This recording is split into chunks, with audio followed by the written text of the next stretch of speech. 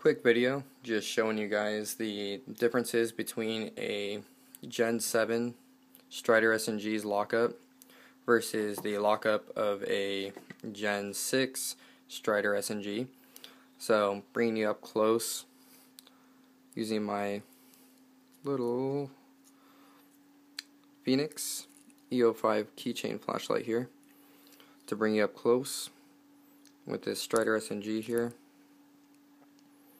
You can see here the lock interface curves way down, and then a close-up view you can see where it starts off left where the locking interface comes into contact with the tang, and then it continues to curve downward. And the problem with this is as the lock bar moves over, blade play would start to develop in the with the blade up and down. And so to eliminate this problem, they went ahead and stopped making that lock interface curve, and they just made it a straight line. As you can see here, so they've eliminated that curve, and now it is just a subtle diagonal line that goes from left to right and slightly lowers, and now it no longer scoops and swoops and curves.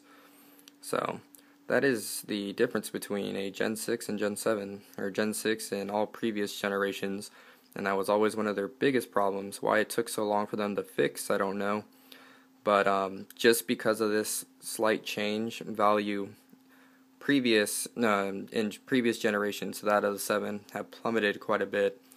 Not many people desire any of the SnGs, Striders, SMFs, or PTs prior to the 7s just because of that lockup, I've noticed on forums and some channels. So once again, that is the new Gen 7 lockup, nice and linear, straight, versus the old lockup, that really curved tang, which you can really see in there, nice and shiny, you can see the grind marks, versus the curve. But that's not to say that the Gen 7s, the Gen 6 and below aren't good knives and can't be remedied. This one has zero blade play, up, down, side to side, like absolutely none.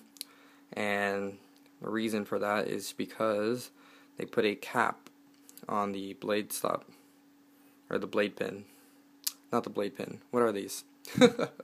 The lock stops on the Strider SnG. So these aren't actually really thumb studs, they're blade stops, so the blade doesn't completely swing backwards.